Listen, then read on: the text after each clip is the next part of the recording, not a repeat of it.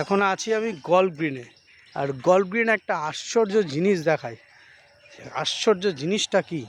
আশ্চর্য জিনিসটা এই ছোট গাছে দেখো, যে কী সুন্দর ছিল, কিন্তু পড়ে গেছে।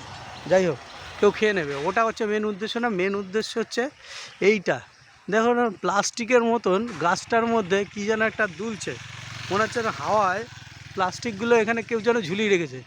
অ্যাকচুয়ালি এগুলো প্লাস্টিক না, কিন্তু এগুলো দেখো, জুম আউট করে দেখায় তোমাদের। এগুলো সব হচ্ছে বাদুড়। বাপরে বাপ, কত বাদুড় ভাই রে ভাই, ভর্তি ঠিক ঠিক করছে বাদুড়। এরকম কোনোদিন নাজারা দেখেছো তোমরা? দেখো নি না?